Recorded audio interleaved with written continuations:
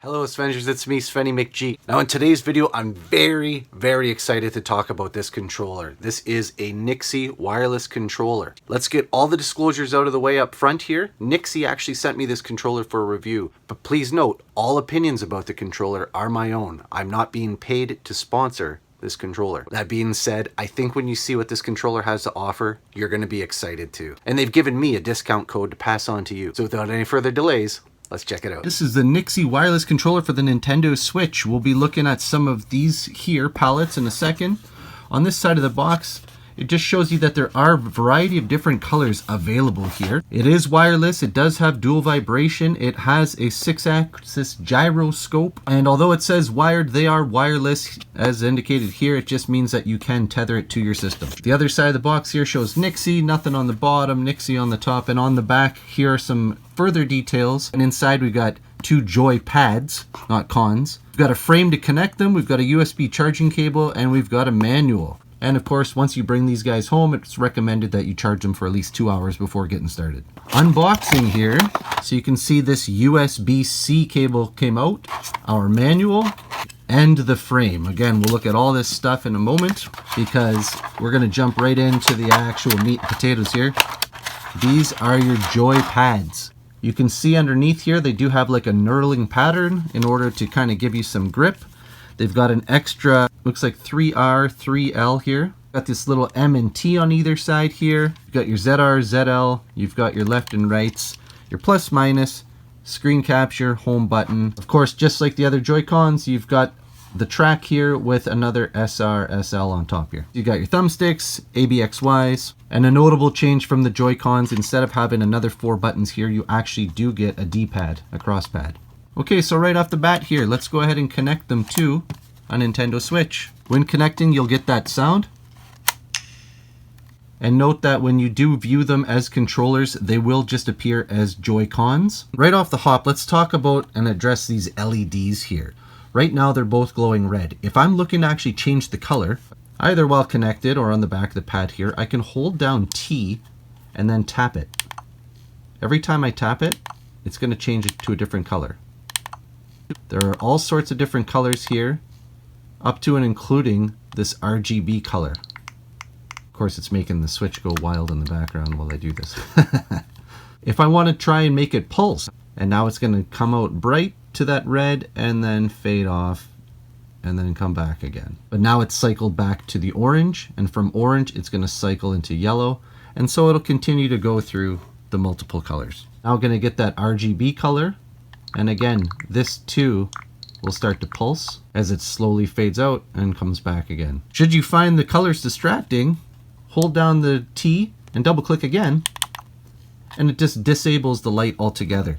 So you can go ahead and play and keep the light off or keep the light on, whatever your preference is. And that's the thing about this controller. That's the thing that gravitates so many other users. When you watch reviews on this, it's the variety of options that you have with this. You've seen me review competitors in other videos, but here's another big thing with this controller. The minute I go ahead and disconnect this controller, we're still fully in action here. We have built-in rechargeable batteries in here that keep this one going, which of course this one lacks. This is only usable when it's connected here. That means I can actually dock this now and use these controllers, which for comfort is where this frame comes into play. There's absolutely nothing in this frame. It's a piece of plastic, and it has little clear pieces here in the track, the same way the Nintendo Switch grip does, so that when you click it in, you see, okay, I'm playing with player 1 right now, or 2, 3, or 4. This isn't going to do anything for the controller, like I said, it's simply holding it in place. While this is in place, I did want to show you some differences here. So of course, here's a regular set of Joy-Cons from Nintendo in a Nintendo Switch Joy-Con grip. And you can see that it does sit a lot skinnier than what the NYXI controller does here.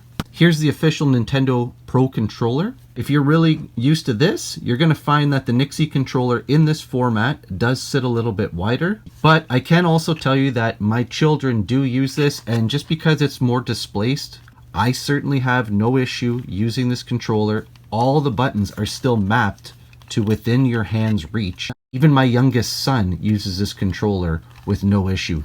All it's doing is just widening the grip a little bit. Of course, these are running on battery, which means ultimately one day they will require a charge. Very simple. When your system is docked and receiving a charge and you slide these guys on, that's it. Exactly like charging a Joy-Con controller. Clip these guys on and they start charging. Okay, what if you've been playing for a while and you realize this is starting to fade? Well, guess what? With the Nintendo Switch, you can plug it in USB-C. Both of the controllers separately have their own independent USB-Cs as well. So if you plug this in, you'll start charging them both. But should for some reason you need to just charge one or the other, they actually have independent charging ports as well. I'm telling you, this is a controller of options. As previously mentioned, the game does have a turbo function, so here I'm not pressing anything and Cuphead is shooting. Pretty sweet to have that D-pad when you're going to be playing a platforming game like this, or, of course, a platforming game like this. We've been using this for a little while now. We love the way it feels. Everything handles well. If you want to integrate those buttons on the back here, your 3L and 3R, I've mapped them down here to the hotbar, which is usually your L and R. I've mapped them here on the back, so by just pressing those, I can actually switch through my items, which means that I don't have to take any fingers here on top off the triggers. I can actually change through my loadout here this way. Woohoo! Another cool feature with the NYXI Gaming controller is, unlike most third-party controllers, this one here, if you hold down the home button, you can actually fire up your Nintendo Switch. Pretty neat. And remember, with the NYXI Gaming controller, although you can use it as a regular controller, you can attach it to the console and use it in handheld mode. It also has that gyroscope and accelerometer, which means I can simply detach it and use it as a regular Joy-Con.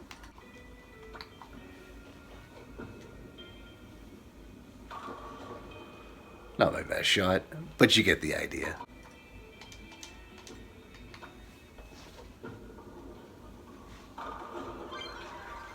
That's more like it. And even here on a game like Duke Nukem, you have your controls, your gyro controls available. Again, it should be noted with the NYXI controller compared to its competitors that the NYXI controller has vibration. In fact, you can set it from 100 to 75 to 50 to 25 and to 0. 5 separate vibration settings. Again, the controller with all the options.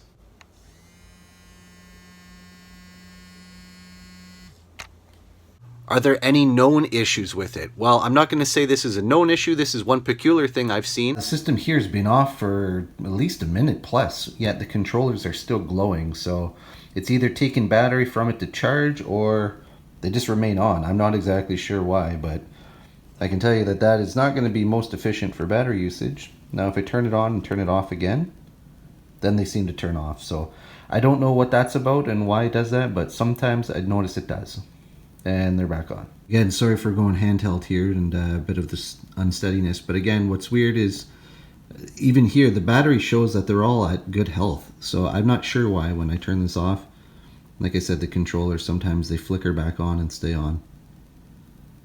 Oh, this time it looks, no, there they go. So I don't know what's going on here, but I do notice sometimes they do that. But that being said, again, if we hold down the T and we double tap the sticks, it will turn the light off. So now, going through our options here. This is a cheaper alternative than getting another set of Joy-Cons, which won't come with another Joy-Con grip. This does. Compared to these guys here, these can only be used in handheld dock mode. These can be used wirelessly as a regular controller. And while I do love the Nintendo Switch Pro controller, again, these ones give me the option to play directly in handheld mode by being able to come apart and connect to the system. Also, in addition, when you do separate this, you can use its motion controls, an option simply not available with a Pro controller only. Myself, my boys, I brought this to a convention, had various people test it. They all approve the NYXI Nintendo Switch controller might be the best third-party controller out there today, and even rivaling first-party controllers from Nintendo on the Nintendo Switch. This is a fantastic controller. I've yet to see many complaints about it. All my communication with NYXI has been fantastic, and again, they're willing to offer you promotions for buying it by checking out some of my links below. I hope you guys have enjoyed this video. I hope this has given you some insight, because again, it's your dollar. You get to choose how you want to spend it. But for me, I love this controller, and I hope if you decide to get one too, you let me know what you think in the comments below. Thanks for watching today. Appreciate anybody that likes and subscribes. And again, guys, I hope you all take care and be good to each other. Bye now.